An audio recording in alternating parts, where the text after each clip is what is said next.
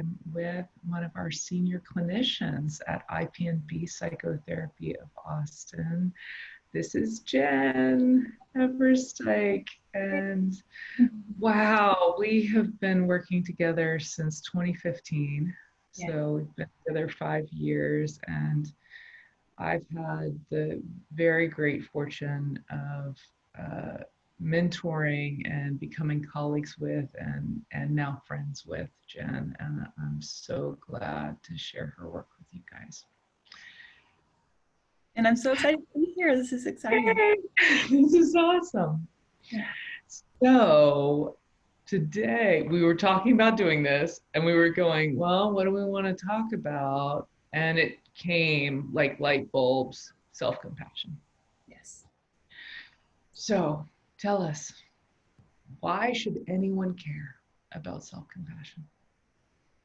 Why should anyone care, right? Why should anybody care? What is the big deal? Right? Especially whenever everyone tells us, that that's, not the right thing to do. Right? It's a selfish thing to do. It's the lazy thing to do. I hear that all the time, that it's selfish, that it's lazy. But actually, there are so many good things about it.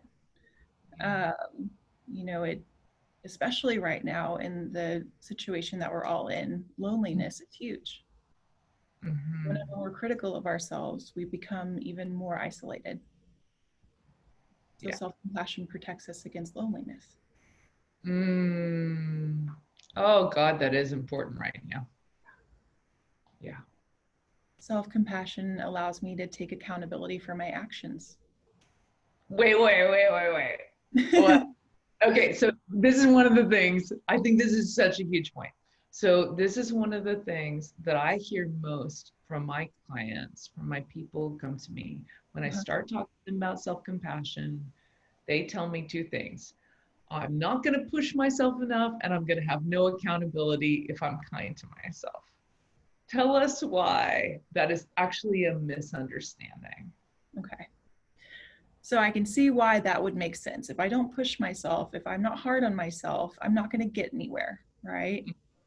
When actually the science tells us that people that are more critical of themselves or judgmental of themselves are more likely to throw in the towel, to let things go, because it's too risky, it's too dangerous. People that practice self-compassion are more likely to be gentle with themselves, and if failure happens, to be more forgiving and kind and compassionate, and that risk doesn't seem so dangerous. And so we try new things. Yeah, so self-compassion actually is protecting you from shame pit. Yes. Yeah.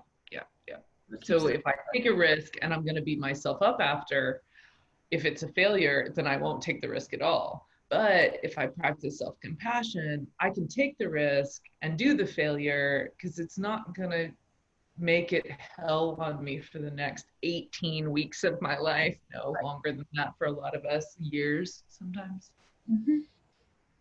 Yeah. That's so huge. And the accountability, because that's the other big one. One is the risk thing. So actually self-compassion leads to more risk taking, more pushing yourself. And what about accountability? And the thing about accountability is I have to be able to turn inward and say, what is the thing I need to be held accountable for? Say I have a misstep with my husband and I don't use my relational skills like I normally would on a good day, right? On a good day, I know. Wink, wink. All of us married family therapists, on a good day, we do the things we tell you. Yes. On a bad day, I mess it up just like you. If I'm not perfect and if I'm messy, sometimes I need, there are moments when I need to hold myself accountable, and being gentle with the part of me that says, oh no, I'm exhausted, I'm tired, there's a lot going on, and I didn't use my skills. And I feel really bad, or I feel, I want to beat myself up about that because it feels like that'll make things better, when actually that makes me turn inward and I can't connect with my husband anymore. I love this piece. This is so important. Can I highlight it? Can I like draw big highlights around what you just said? Yeah. That when I'm self-critical, I turn inward. And in order to have the accountability, I have to move out and into connection. Right. And so it's actually through that self-compassion that we get regulated enough to make that bridge back together and do the repair. Right. It's huge. Yeah. It's huge. Because And we haven't talked yet about universality and acceptance that we're human and acceptance that we're not perfect, which is all part of self-compassion too. Yeah. A common humanity. How do you feel like why are we beating ourselves up in the first place? If it's so biologically better to be self-compassionate, like how did we get here? Right. To the self-critical space. Yeah. Right. Why is it beneficial? There's a reason why, I can have a lot of compassion for the self-critical part of me. There's a reason it's there. It's trying to help me in some way. I get it. It's instilled in us in a lot of different ways through culture, especially here in the US or in Western cultures. It's very pull yourself up by your bootstraps, be tough, There's no time for empathy here. Let's move forward. Get over it. Move on. Right. So if it's so biologically advantageous to have this self-compassion, then how did we get to this space where we're all beating ourselves up all the time? Right. Well, there's several different reasons why that is, given to us. It's modeled for us. It's a part of our culture. It's in our families, if just try a little bit harder, you should have gotten an A, right? And so we tend to hold ourselves the way we were held when we were younger. Oh my gosh, totally. Yeah. This happened just the other day. It was so funny. My daughter's actually in a school where she doesn't get graded yet. She's in the younger grades. They don't do grades.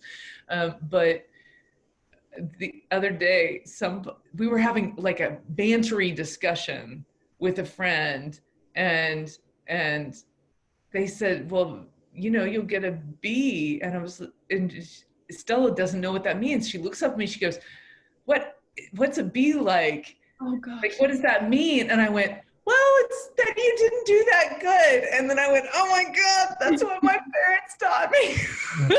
Right. Even in moments like that. It's not enough. Oh my God. So it lives in us from handing down from our families, from our culture. And biologically, it's important. It's a biological imperative because what criticism thinks is if I'm critical enough, I won't mess up. I won't be messy. I'll be more perfect in some way.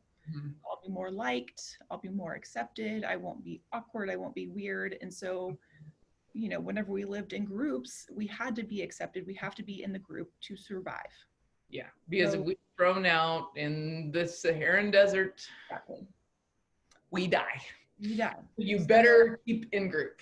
This is what Brene Brown's talking about all the time with shame, about how it is a biological need that we know when we messed up and get ourselves back into in-group. And it's so essential. So it comes up like a flood of adrenaline and cortisol. Yeah. Is it okay if I drop neuroscience on people for just a second? Yes. Okay. Please.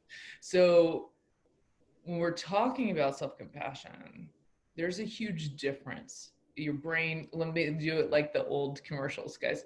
Like, this is your brain on drugs. This is your brain on self-criticism. This part lights this part on fire. You want to make a feeling worse? Criticize the crap out of it. Self-compassion is like bringing this part of the brain towards this part of the brain. So we're staying connected, but it's going shh.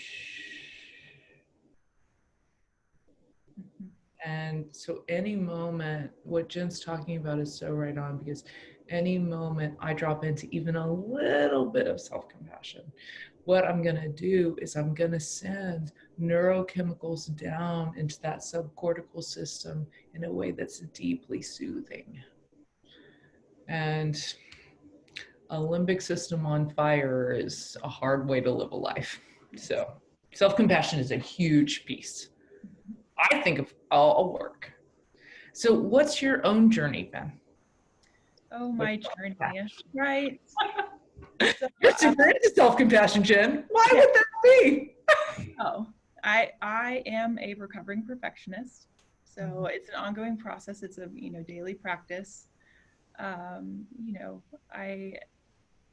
think even yesterday would be a good example of how it's an everyday practice, right? As a perfectionist, you should do everything just right. Don't be messy. Don't be too big. Be just right. Be good enough. Be liked. Be loved. Whatever it is. It also comes to body image. You should look a certain way. Yeah. And if you don't, be critical of yourself, because that'll help, right? It'll help us be perfect, right? Yeah. So I'm on a run yesterday, and this is a good example of my, inner self-talk, where I'm on a run. It's hot outside and I'm tired and I need to slow down. And instead of, allowing that to happen, what my inner dialogue says is, you're lazy, you're fat, you're not good at this. It gets worse and worse and worse. And I'm in this point where I slow down, and now not only do I feel tired, I feel just like so bad inside. I'm in this like shame place. Yeah. And now the point of the run is totally defeated because I don't feel good anymore. Right? And I think, in our work, I've been able to really see, okay, in moments whenever I am doing that, what can I do to help myself? And this morning on a run, I did the same thing. And I thought, if I'm going to say this to a younger part of me or to a friend, would I say the same things that I'm saying to myself? Sometimes we say things to ourselves that we wouldn't say to our worst enemy, right? And so being able to bring in an image of my younger self, or being able to bring in an image of a friend, I would say, of course, slow down. Yeah. Okay. You're working really hard and you're tired. Yeah. I love it. Being gentle. Yeah. And that has taken a long time. It's not Yes. every time, right? Oh, I know we can't even be perfectionists about ending our perfectionism. Right. What I love about this is two things. One is that there are ways to get to self-compassion that are a little less direct. And the other piece that I want to highlight about what you just said is that it's a practice. Yeah. And it's like an everyday, it's like a moment-to-moment practice. So would you be willing to help me with my self-compassion? Of course, Jules. Can we get in the back door a little bit with my self-compassion? Yeah. Okay. So, okay. Has there been a moment when you weren't self-compassionate recently? Oh yeah, I beat myself up all the time. Yeah, I can get really easy. The place I'm probably the most self-critical is in parenting. Probably because the stakes are so high. So let me just think of a recent moment.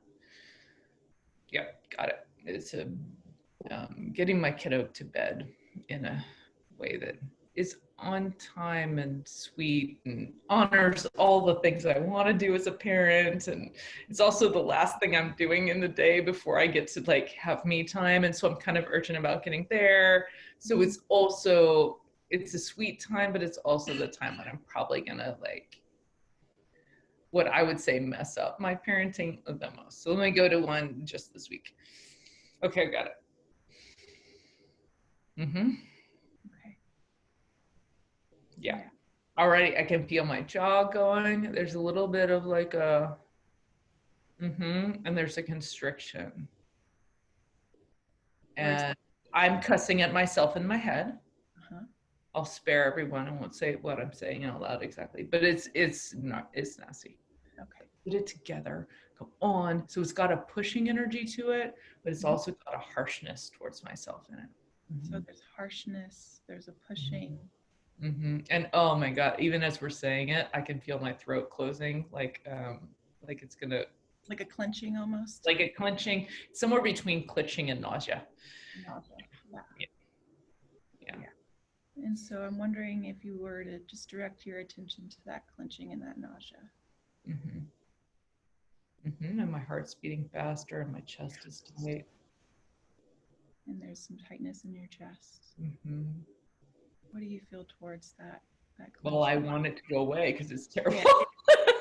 Yeah, that's my first thing is I want it to go away because it's terrible. Yeah.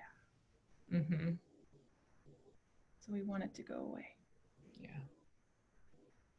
And I'm wondering if you were to, just for a moment, take space to imagine a good friend. Can you think of someone that you feel close with that feels? Yeah. Okay. So imagine they're having the same thing happen and they're trying to get their kid out of bed. Yeah. Oh, it's just like, oh, sweetie, this is just what is it? Halt, hungry, angry, tired, something, I'm forgetting one. Lonely, tired, hungry, angry, lonely, tired. Everybody is tired at the end of the day. And so it's like, my girlfriend and her son, they're both like at their end point of the energy they have to give today. And so of course there's dysregulation as part of it. So I'm wondering what it would be like to hold that energy that you have towards her. And then it's so light. A little bit of that to you. Oh, like to this. How does that feel now? Good.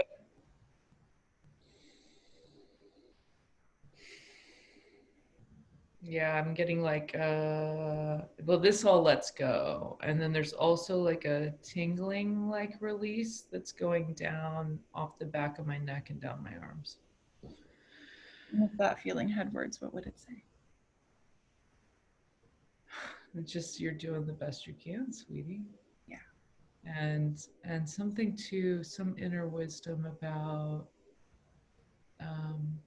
trying to be perfect in parenting is actually not the goal. Just there's some inner wisdom about that sweetness of that time and the connection of that time is so important that it's okay not to get it right. It's okay not to get it to exactly whatever goal you had about what the perfect bedtime is for your child's brain development.